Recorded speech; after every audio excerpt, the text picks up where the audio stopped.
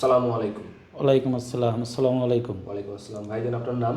মোহাম্মদ মোশাররফ হোসেন, জি, আপনি কোথা থেকে আসছিলেন? পটুয়াখালী থেকে। আপনি তো আমাদের আগের রোগী, তাই না? জি আগে যে প্রবলেম নিয়ে আসছিলেন ওটা কি সলভ হয়েছে? জি আলহামদুলিল্লাহ। হুজুরের কাজের মাধ্যমে এটা আপনার সমাধান হয়ে গেছে? জি, আলহামদুলিল্লাহ।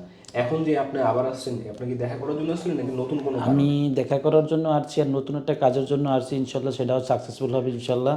ইনশাআল্লাহ আর আপনি আমি বিশ্বাস একটা রাখেন? রুবি পাথর নিছি। জি। আর আগে এটা একটা দেখি। আমাকে ব্ল্যাক ব্ল্যাক গ্রেনাইট পাথর দেওয়া হয়েছে।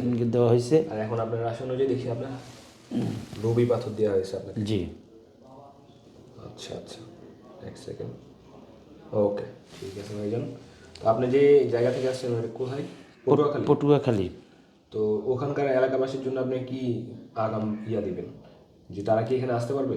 জি অবশ্যই আসবে। যে আমি কোনো আমার উপরে সমস্যা নিয়ে কথা আসলে বলবো, আসবে? তার সমস্যার কথা বললে তারা অবশ্যই আসবে। জি জি। আবার আমার যে ভিডিও করে দিয়েছেন সেই ভিডিও দেখাইলে তারা অবশ্যই আসবে। আচ্ছা আচ্ছা।